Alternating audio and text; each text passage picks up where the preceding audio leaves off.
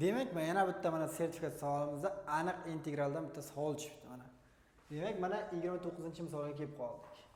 Xo'p, mana shu aniq integralni hisoblang degan ekanda, endi bizga hisoblashimiz uchun nima kerak bo'lyapti? Bittagina shu muodildan qutulishimiz kerak.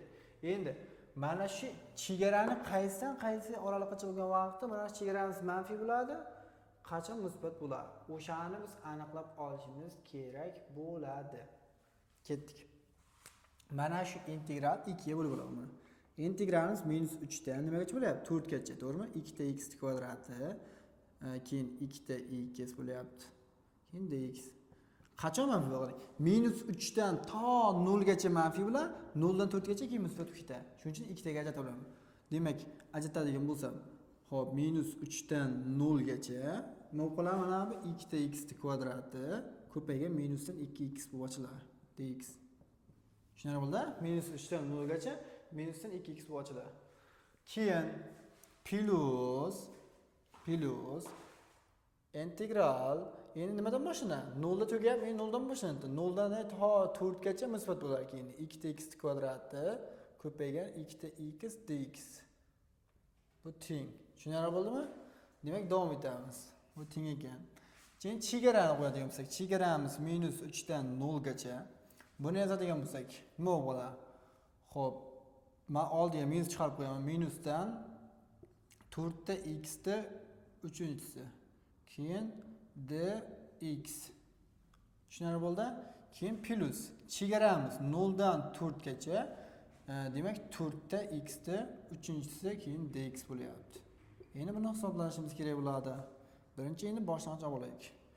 Demak, x da 4-inchisi, chegara oldiga minus bor, chegarasi -3 dan 0 gacha. Plusdan buni oladigan bo'lsak, x da 4-inchisi bo'ladi. Hop, chegarasi 0 dan 4 gacha. Davom etamiz. Demak, buni hisoblasak bo'ldi. Endi e'tibor beramiz mana buga. Mana bu minus turibdi. Minus qolchida x da 4-inchisi bilan 0 da qiyomatini qo'yadigan bo'lsak 0 bo'ladi. Minus 3 da qiyomatini qo'yadigan bo'lsak, u holda -3 ni nimasi qolyapti? 4-darajasi. Bo'ldi.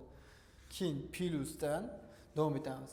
4 da nimasi 4-darajasi bo'lyapti. Demak, 4 da 4-darajasi minusdan 0 da 4-darajasi bilan 0 bo'ladi.